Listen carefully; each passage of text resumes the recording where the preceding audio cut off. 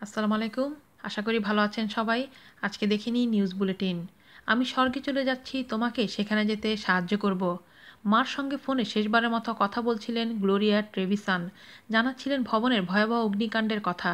এই সময় ক্ষমাও চেয়ে নিচ্ছিলেন গ্লোরিয়া। বলেছিলেন, আমি স্বর্গে চলে যাচ্ছি, তোমাকে সেখানে যেতে আমি সাহায্য করব।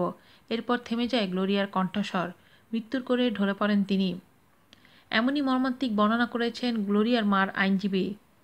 যুক্তরাজ্যের পশ্চিম লন্ডনের গ্রিনফেল টাওয়ারে এই পর্যন্ত ৩০ জন নিহতের কথা জানিয়েছে কর্তৃপক্ষ। এখনও নিখোঁজ রয়েছেন ৭০ জন।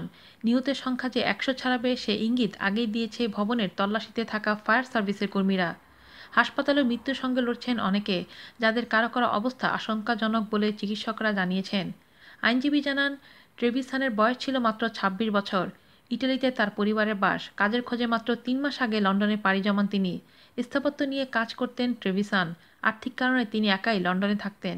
ফ্ল্যাটে ওঠার পর গত এপ্রিলে সামাজিক যোগাযোগ মাধ্যমে সেটির সুন্দর একটি ছবিও প্রকাশ করেন তিনি। ট্রেভিসান অগ্নিকাণ্ডের সময় মা ম্যানুয়েলা এবং বাবা লরিসকে সঙ্গে শেষবারের মতো কথা বলছিলেন, যার কিছু অংশ মোবাইলে রেকর্ড করে রাখেন লরিস।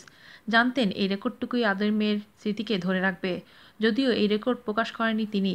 আদালতের অনুমতি ছাড়া ট্রেভিসানের বাবা তা পারবেন না। ভবনের আগুনের কারণ ও হতাহতের ঘটনা নিয়ে তদন্ত কমিটি কাজ করছে। সব আলামতের মতো এটিও গুরুত্বপূর্ণ হিসেবেই ধরা হচ্ছে বলে জানান সেই আইনজীবী। গ্লোরিয়ার সঙ্গে তার বন্ধু মার্কো গোট্টারোডিও নিখোঁজ রয়েছেন। সেও টেলিফোনে তার স্বজনদের সঙ্গে কথা বলেন বলে জানিয়েছে ইটালির বেশ কিছু সংবাদ মাধ্যম। এরপর দুজনের কারো সঙ্গেই আর যোগাযোগ করা সম্ভব হয়নি। ইটালির পররাষ্ট্র মন্ত্রণালয় তাদের নাগরিকদের নিখোঁজ খবরে উদ্বেগ প্রকাশ করেছে।